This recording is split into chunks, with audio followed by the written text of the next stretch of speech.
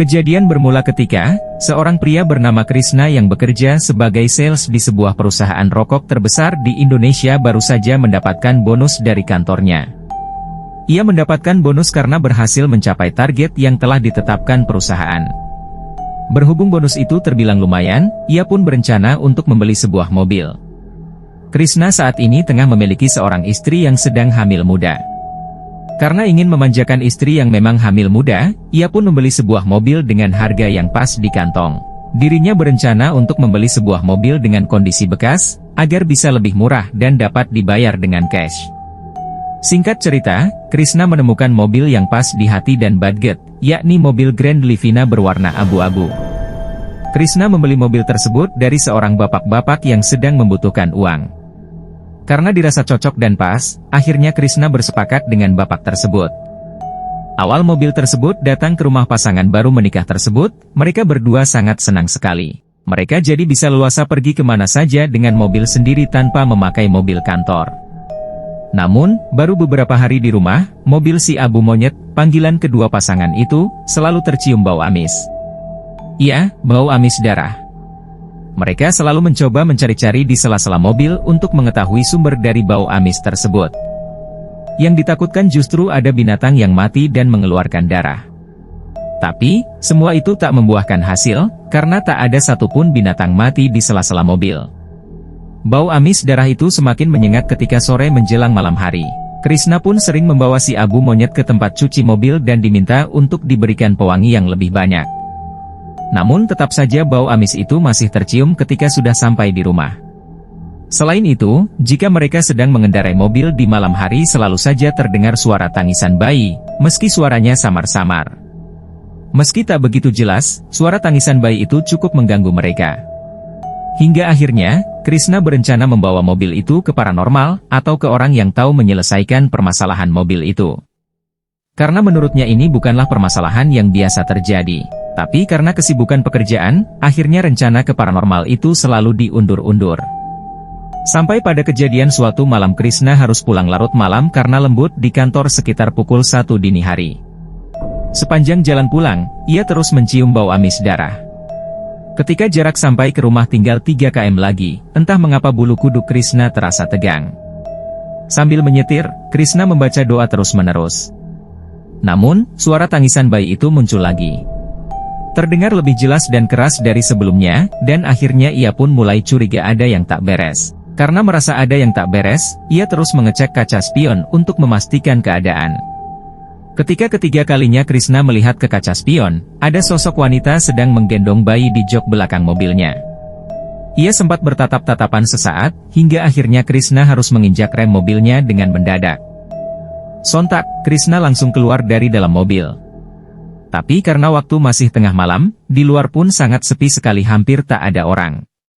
Berkali-kali Krishna membaca doa dengan apa yang ia lihat.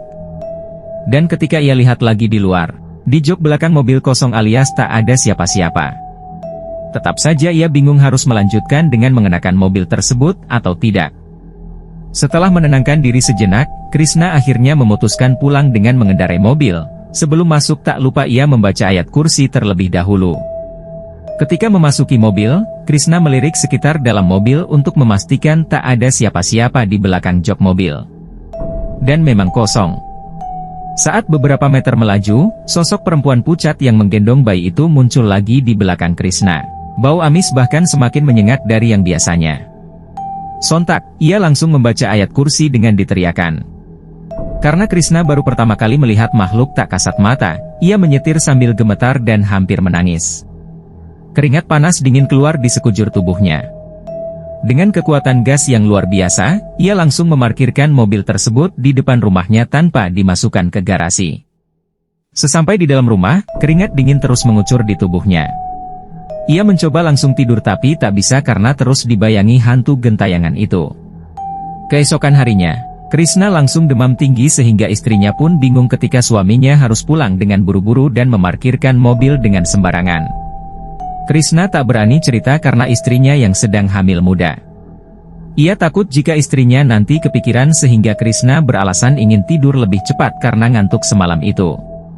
Setelah sembuh beberapa hari sakit, Krishna masih trauma untuk menaiki si Abu Monyet.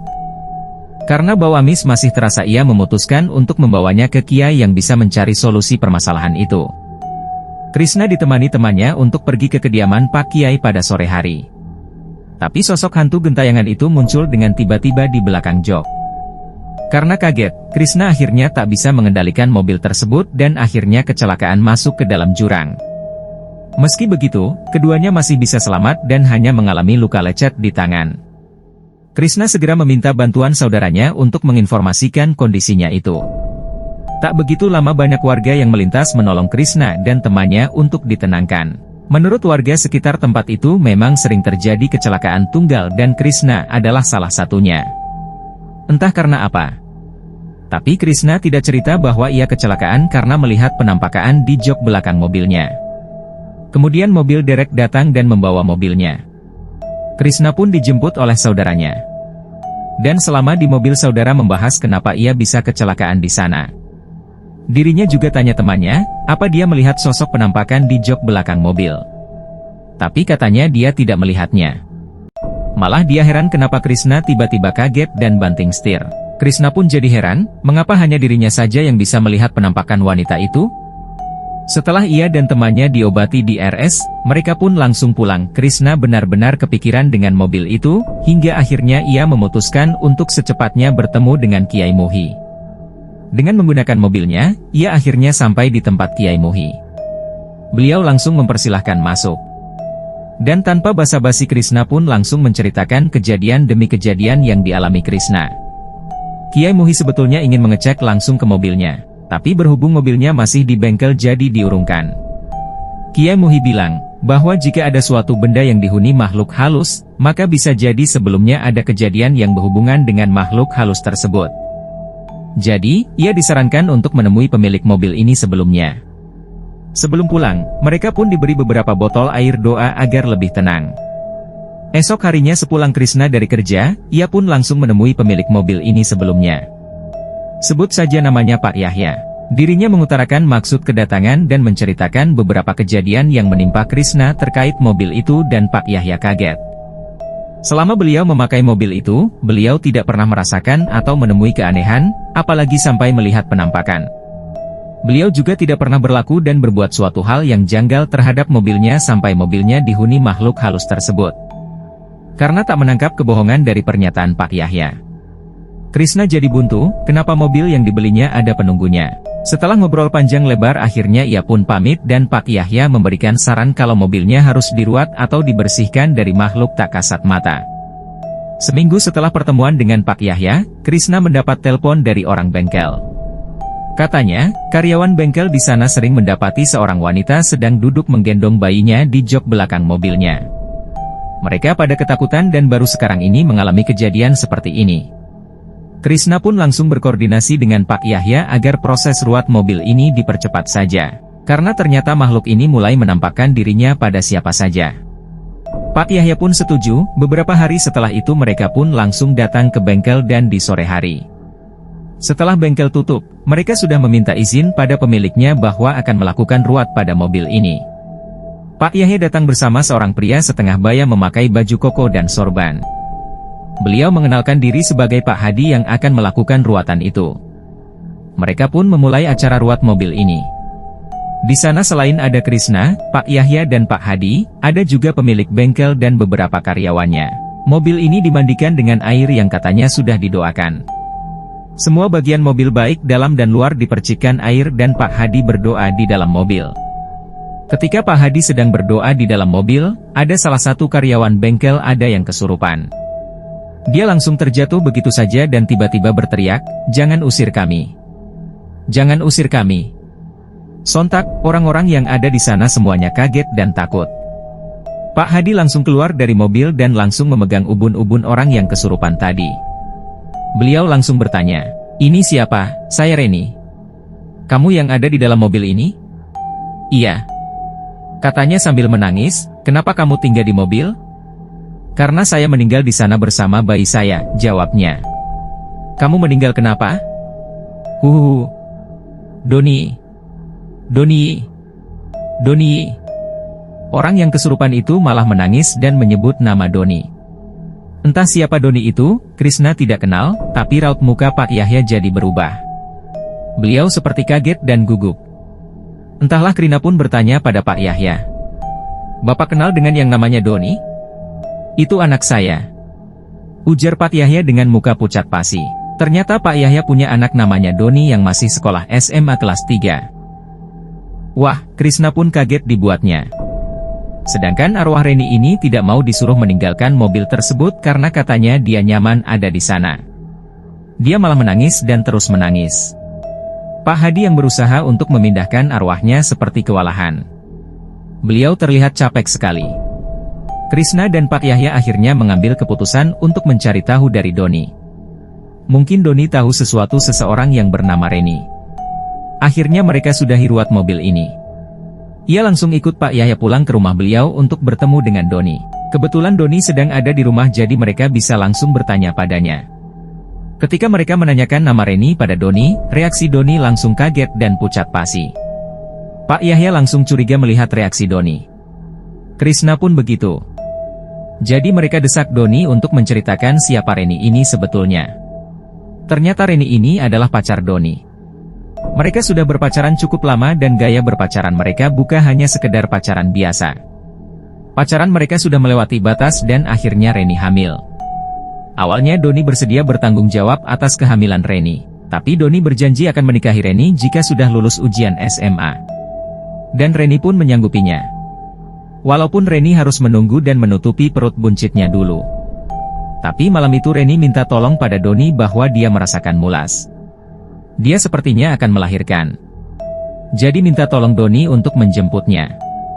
Doni pun menjemput Reni ke rumahnya dan rencananya akan mengantar Reni ke klinik bersalin. Doni menjemput Reni menggunakan mobil si Abu Monyet yang saat itu masih milik ayahnya. Sebelumnya, Reni ini hanya tinggal bersama ayahnya. Sedangkan ibunya sudah meninggal. Jadi karena ayahnya sibuk bekerja, dia tidak sadar dengan perubahan fisik anaknya. Reni pun sedemikian rupa menutupi kehamilannya selama di sekolah supaya tidak ada yang curiga. Selama di perjalanan menuju klinik, Reni merasakan sakit mulas di perutnya. Doni dan Reni pun panik, mereka tidak tahu harus berbuat apa. Tapi tiba-tiba pikiran jahat berkelebat di pikiran Doni. Dia langsung membekap mulut Reni sampai Reni kehabisan napas. Reni pun meninggal saat itu juga sedangkan bayinya waktu itu masih hidup. Bayinya laki-laki, namun karena setan sudah menguasai pikiran Doni, maka bayi tidak berdosa itu pun menjadi korban kebiadaban Doni. Karena takut perbuatannya diketahui oleh orang lain, maka Doni membuang jasad Reni di jurang di suatu tempat malam itu juga. Doni merasa perbuatannya aman-aman saja dan tidak ada yang mengetahuinya. Ketika mendengar cerita lengkap dari Doni anaknya, Pak Yahya langsung emosi dan memukul Doni. Dia langsung bersumpah bahwa Doni harus mempertanggungjawabkan perbuatannya. Saat itu Doni langsung sujud di kaki ayahnya. Doni mengaku salah dan hilaf. Krishna pun yang mendengarnya hanya bisa geleng-geleng kepala. Bahwa pergaulan anak muda zaman sekarang memang benar-benar sudah di luar batas. Mereka tidak memikirkan risiko atas perbuatan mereka. Pak Yahya pun mendesak Doni untuk menunjukkan di mana dia membuang jasad Reni. Keesokan harinya setelah mereka laporan ke polsek terdekat dan ditemani beberapa anggota kepolisian dan langsung menuju jurang dan dimaksud oleh Doni. Ternyata jurang yang dimaksud Doni adalah jurang di mana tempat Krishna kecelakaan. Mungkin di kecelakaan Krishna kemarin, Reni ingin menunjukkan jasad dirinya padanya. Tapi waktu itu dia tidak melihat sekeliling, ternyata jasad Reni ditemukan sudah membusuk saat itu juga beserta jasad bayi yang dilahirkannya. Mereka ditemukan tertutup daun-daun kering di dasar jurang. Begitulah jika setan sudah merasuki jiwa seseorang. Untuk menutupi kesalahannya dia melakukan kesalahan lain yang lebih fatal. Akhirnya Doni dipenjara untuk mempertanggungjawabkan perbuatannya. Baca juga, ciri-ciri pemakai susuk, rela bekerja sama dengan jin demi tampil menawan sedangkan nasib mobil si Abu Monyet sampai saat ini masih dihuni oleh Reni. Sampai saat ini, jika Krishna sedang menyetir malam-malam masih suka terdengar suara tangisan bayi di mobil itu dan bau amis masih suka tercium. Cerita ini hanya Krishna yang tahu dan sengaja memberitahu istrinya karena dia sangat penakut. Kejadian pembunuhan Reni terjadi seminggu sebelum mobil ini Krishna beli. Jadi mungkin wajar saja jika Pak Yahya tidak merasakan keganjilan seperti yang dia rasakan.